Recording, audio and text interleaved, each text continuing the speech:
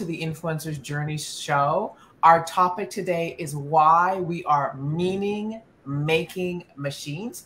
I am Suzanne Hart, and I am sitting down, as usual, with the beautiful Taria Hodge, and we are going to jump into why we create stories.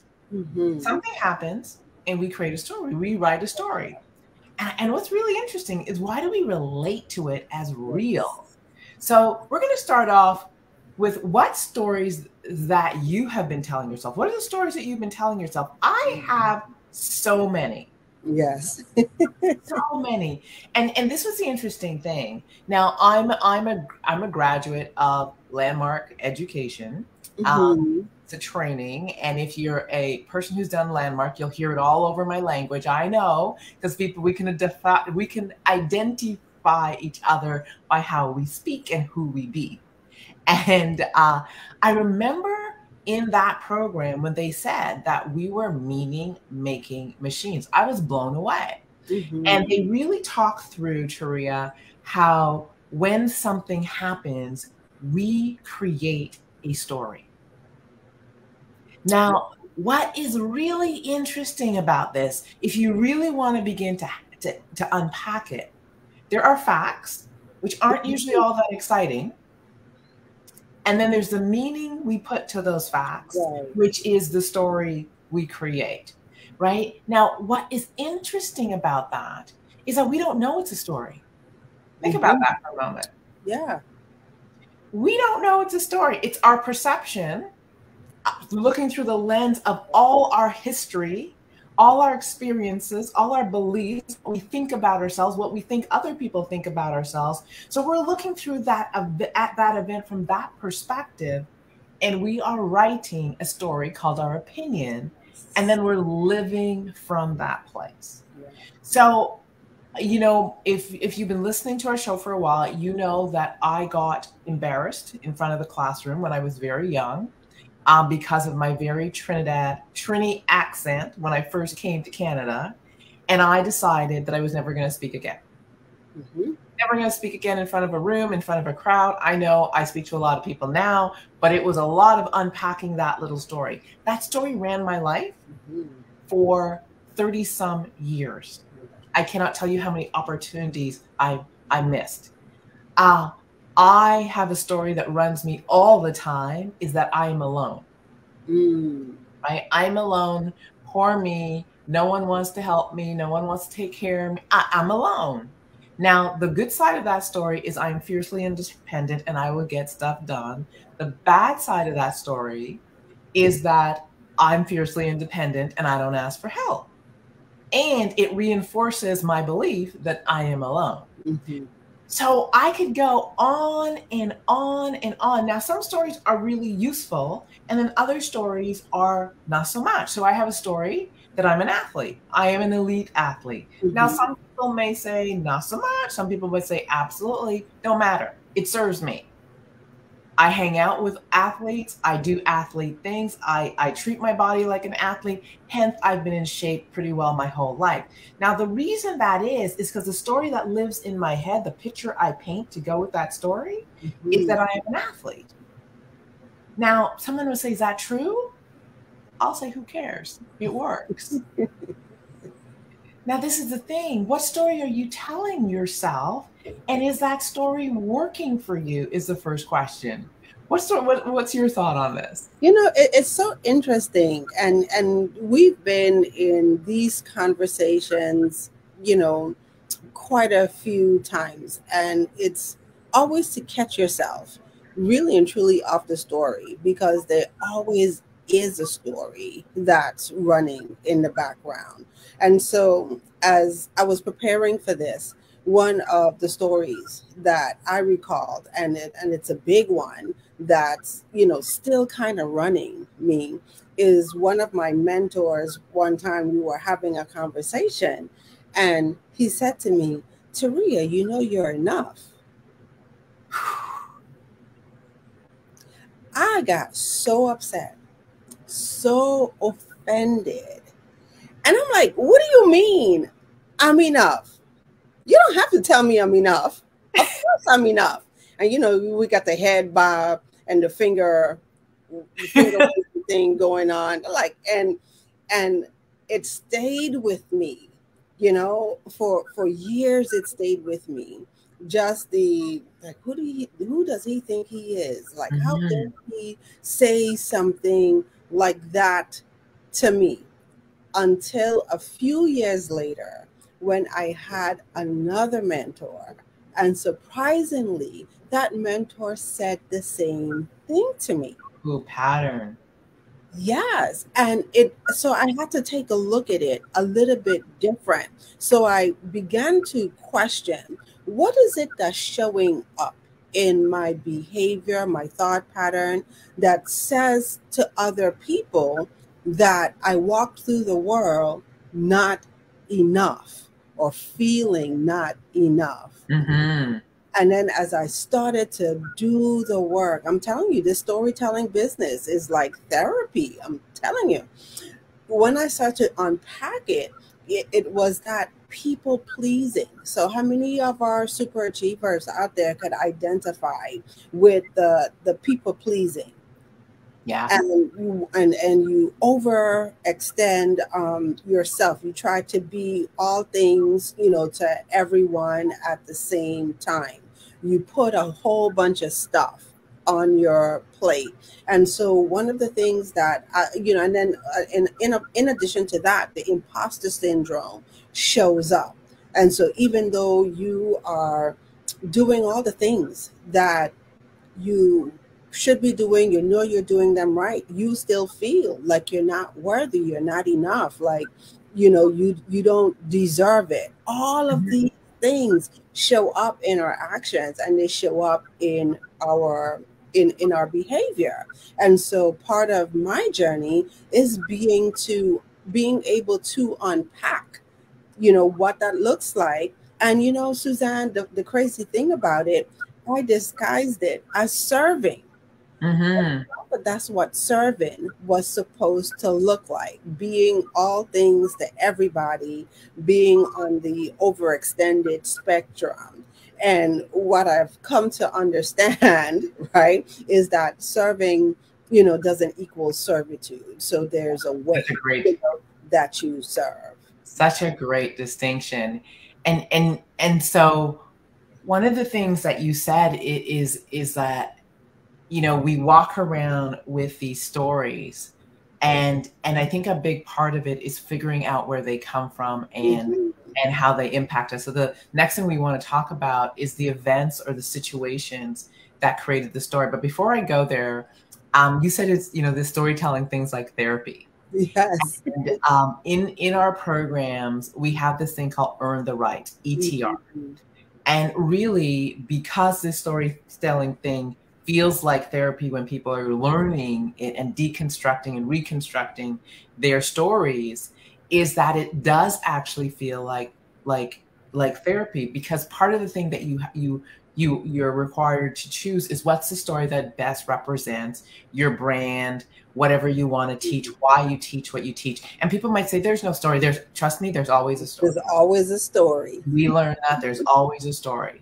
If your business is fueled by passion and purpose, trust me, there's a story. If there's not a story, chances are you're not happy in your business. I'm just going to say that that's the world according to Suzanne, because passion and purpose comes from somewhere. It comes from something, and so we're looking for that story.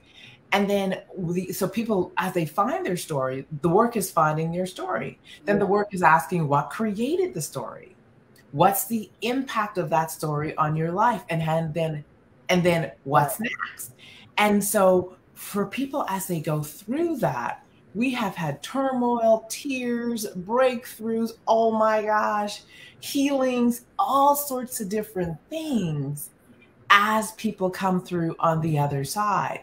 What I will say to everyone listening is it's so worth it. And to this day, every time I find a new story and I unpack it, I'm served with a breakthrough. Mm-hmm. I'm served with a knowing and a new lesson about who I be and who I'm required to become. And do you find this? I bump up against my own stories every time I have to go to a new level. A new level. I was talking about that with talking with someone about that this week. There's always a new level to get to. And it's like you almost have to unlock it. And the Mhm. work in unlocking it is going back to the question that we always ask: who are you required to become? And then oftentimes when we take a look at that question, it's like, oh, what's the story that's running behind of this block?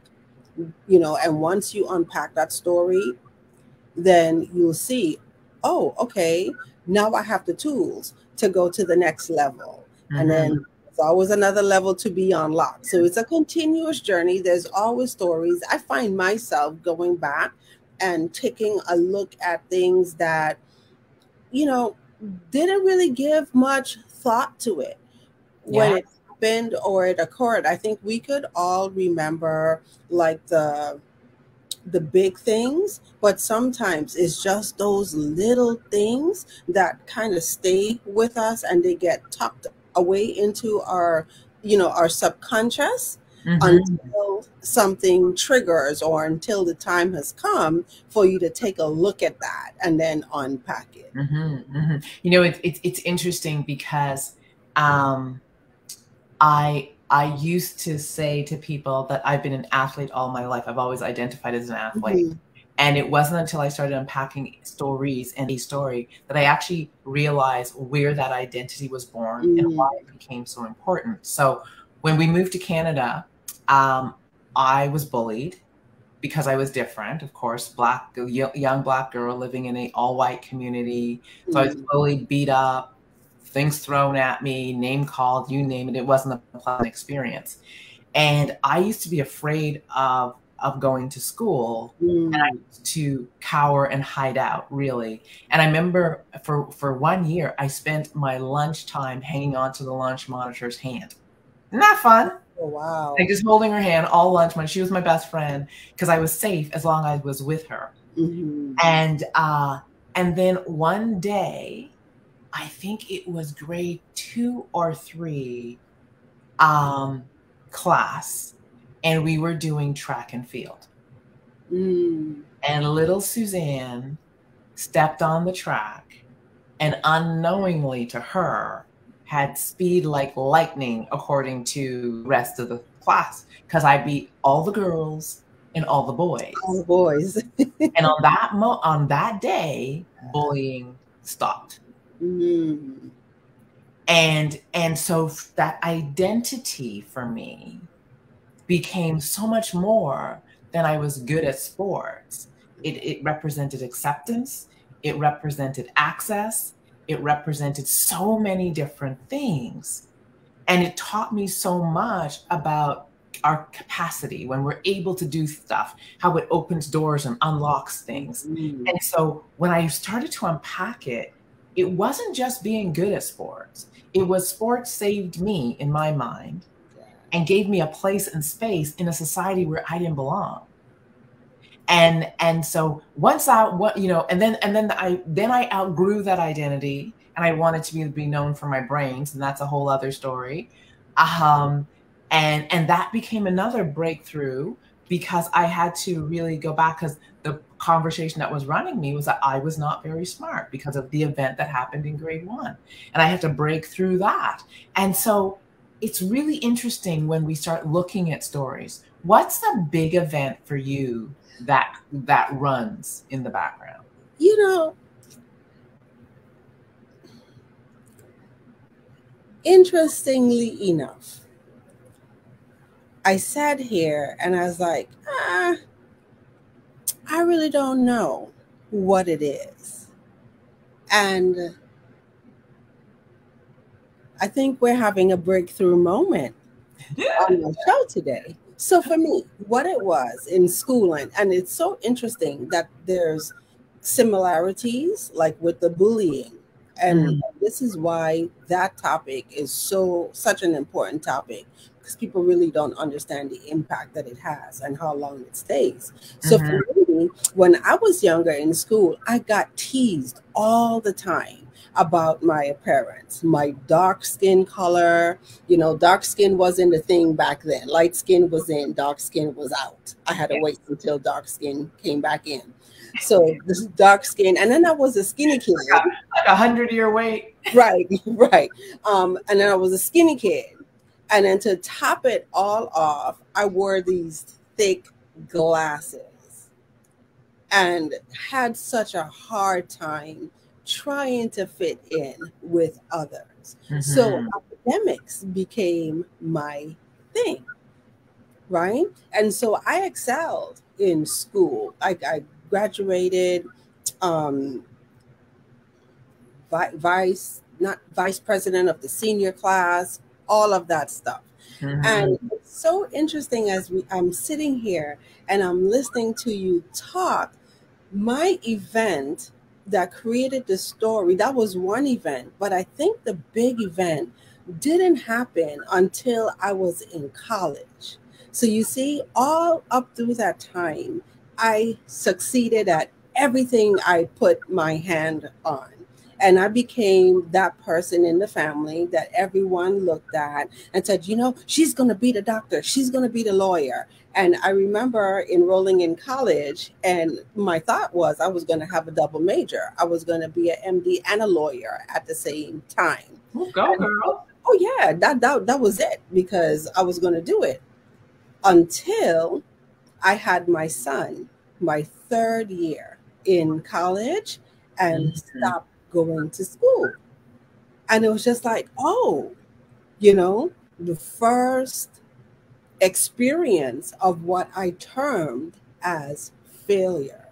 Yeah. So everything else from there has been the overcompensating. Yeah. I feel it.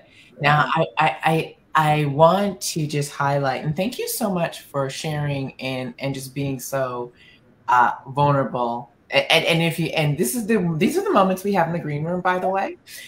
We have these moments often, and they creep up on you. Yeah.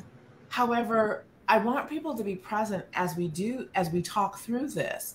Is that emotion is running, right? Yeah. And so the emotion that you see coming up is the recognizing what's running us and stopping us.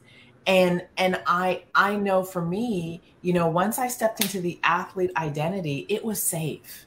Yeah. When I decided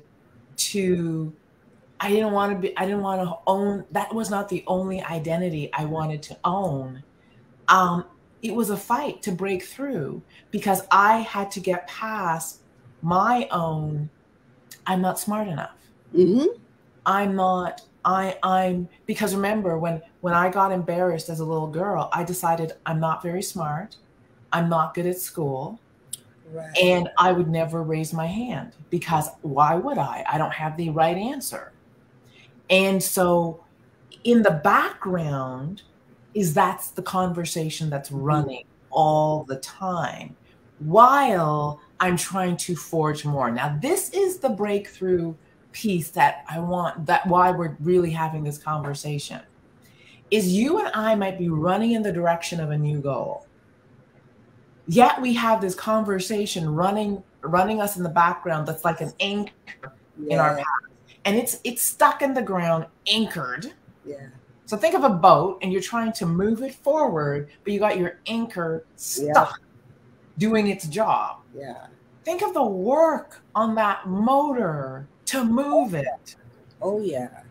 Oh yeah. Right?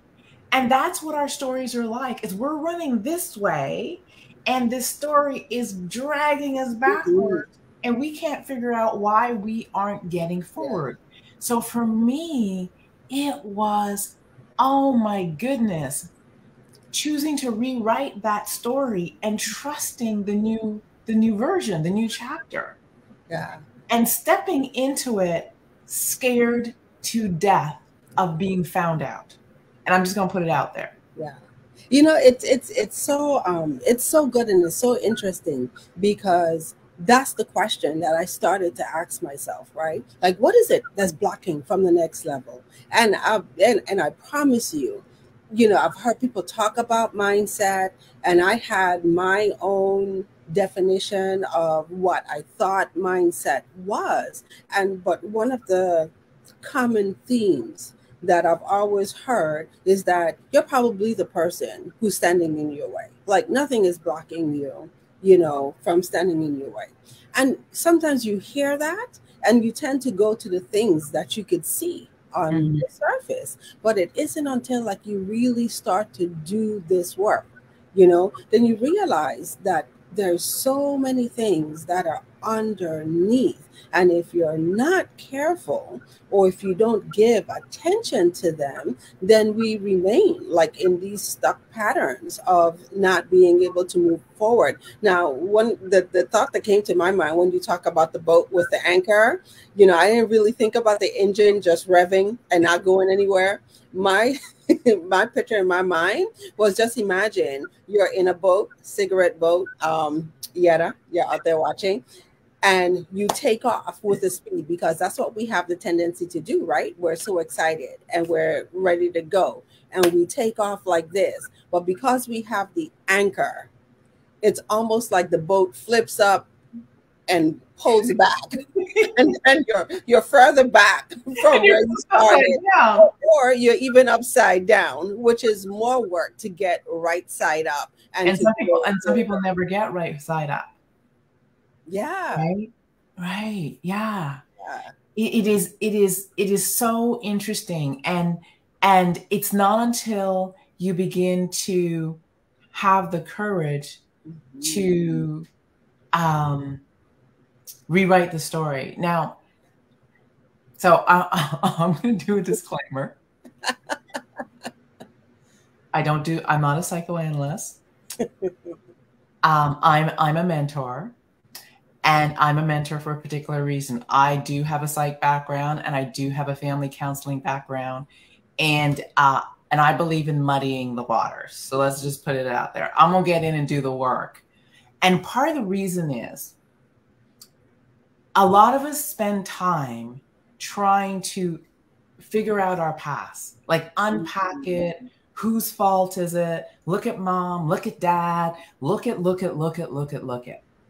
And what I have come to understand is that the past serves us to understand the place we got stuck. What's the story that we wrote in that moment? Yeah. And often where people get stopped is now they want to unpack the story, analyze the story, do all this stuff in the story, but they don't realize they're still in the past, not making any movement. And they also think that before they can rewrite the story, they have to figure out all this stuff back there. I'm saying, no, you just got to write the new story. Rewrite it different to the story that you're living from back there.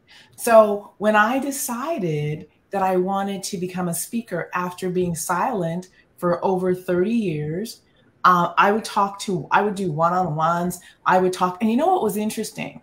But every time I talk, and no matter where I'd work, they'd say, your brain, you should be speaking. And I had all these conversations. I had trainings written in my head. I had all this stuff, afraid. So see how small I am living? And the piece is fear. Yeah. And it wasn't until I decided I was going to be a speaker. It wasn't until I decided I was going to be an international speaker. And it wasn't until I decided I was going to train my content, not someone else's content. So I wasn't going to become a coach for some other guru out there that's world renowned. I was going to risk taking what was in my head and putting it out there. So I had this vision of being an international speaker, traveling. I had this full picture. So I wrote a new story. The breakthrough came when I had to go live it. The healing came when I had to go live it. The healing didn't come when I was standing still, looking back at my old story, trying to point blame, analyze my shame, and do all that stuff. It was like, okay, I'm going to put a full stop on that story. I'm going to make a decision today, and I'm going to write another story. And then I'm going to do the work to live into that story. And as I started to live into it, everything I had to unpack was unpacking while I was moving forward. Everything, the things I had to face, I was confronted by it while I was moving forward.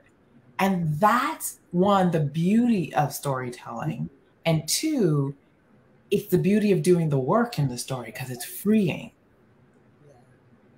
Yeah, I love it because as you ask the question, how do you rewrite the story? That's one of the things that, I thought about. It's so important for us to leave the past behind because sometimes we really do get stuck, in the past and we keep running these stories. And like you said, what we're trying to do is we're trying to blame everyone else for our circumstances, why we are where we are, why we don't have the things that we want and we desire, yada, yada, yada. But like you said, take the action and move forward. Another thing that comes up for me in rewriting the story is also letting go of the perfection.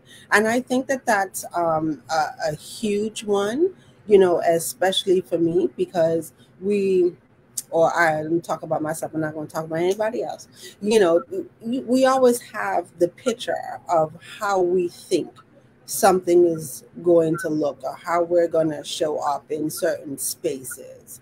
And once again, it's so much pressure, to be perfect, to not look bad, that oftentimes we get stuck. But it's telling ourselves that that's all part of the journey. You have to get messy. You're going to get muddy. You're never going to be perfect. There are going to be mistakes, mishaps. But the beauty of those things are you get the opportunity, to have the experience, you learn the lessons, and then you go out and you bless others with the things that you've learned. So those were the two huge things that comes up for me in rewriting your story.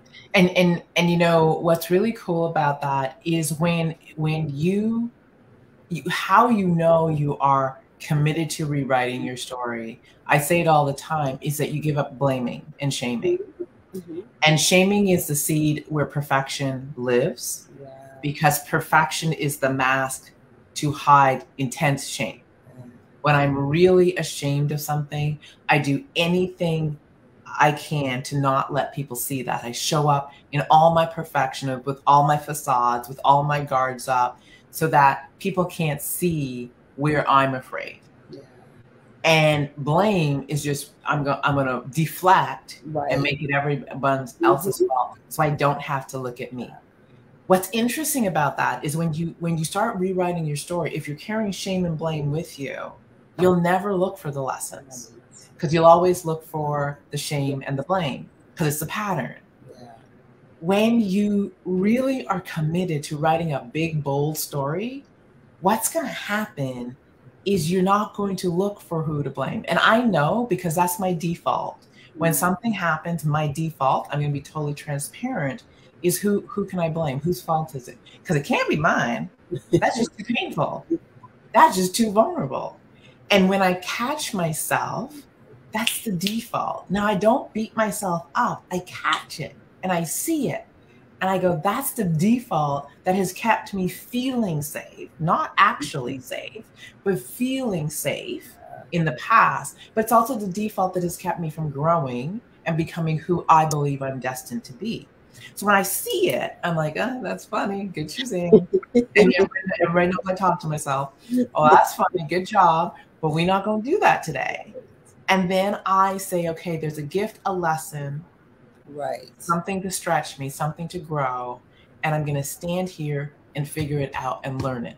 And even if I have to go unpack it with a friend, and we see this beautiful Yetta out there, so we often sit down and unpack stuff. Cindy and I have been on this journey of unpacking craziness for years, and so sometimes I need a person to hold me, one, to my greatness, sometimes remind me who I am, and tell me the truth. And that's where I'm able to unpack and find the gift. And that's where expansion happens. And so when you talk about rewriting the story and living into the story, because we rewrite it, but we haven't lived into it yet. Mm-hmm. It's when you rewrite it, this is where I'm going, and this is who I'm required to become. And then I'm going to step into the story and I'm going to start the living into it, that's where all the unpacking of stuff happens. But that's where that gift called transformation Right. occurs. Right. And I know I see Becky out there, and Becky has been on this really awesome, fantastic journey of transformation. And so it is really cool. So that's just one of those things. But we go on those journeys, and as people go on these journeys of transformation, you see them.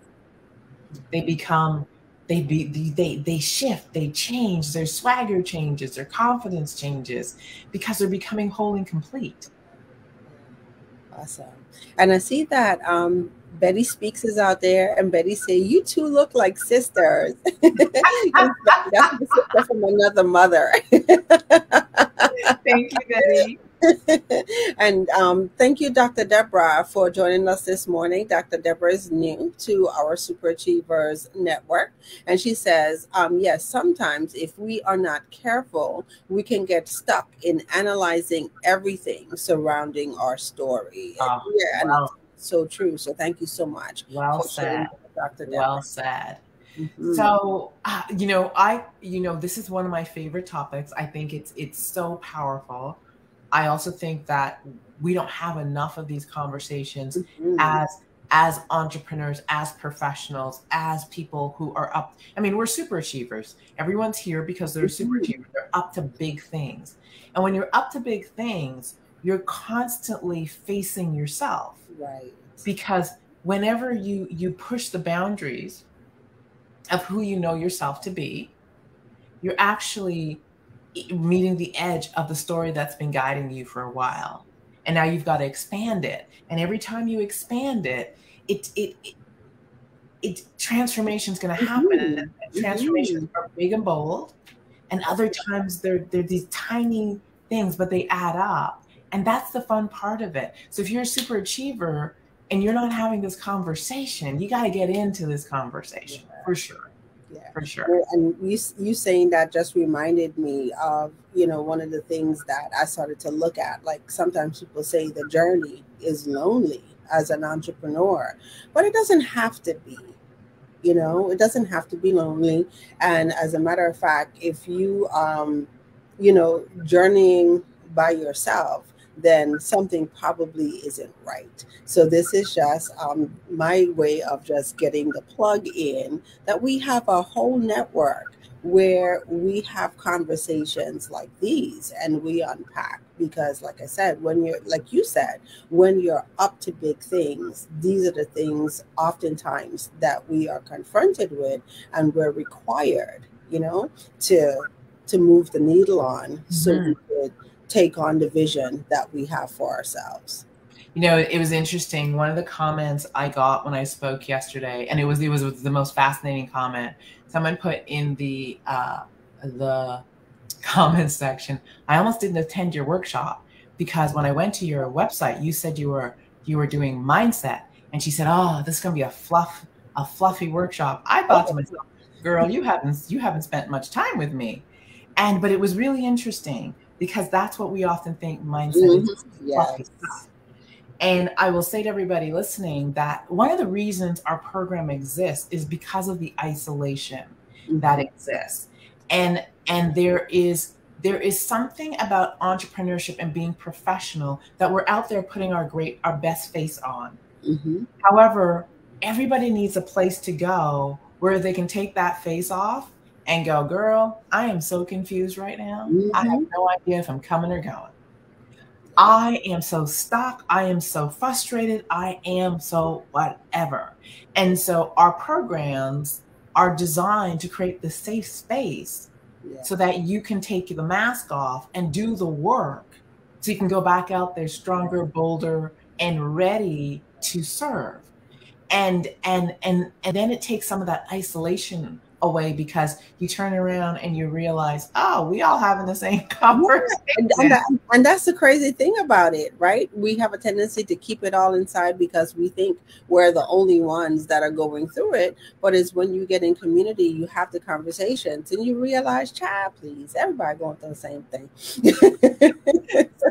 So Tria,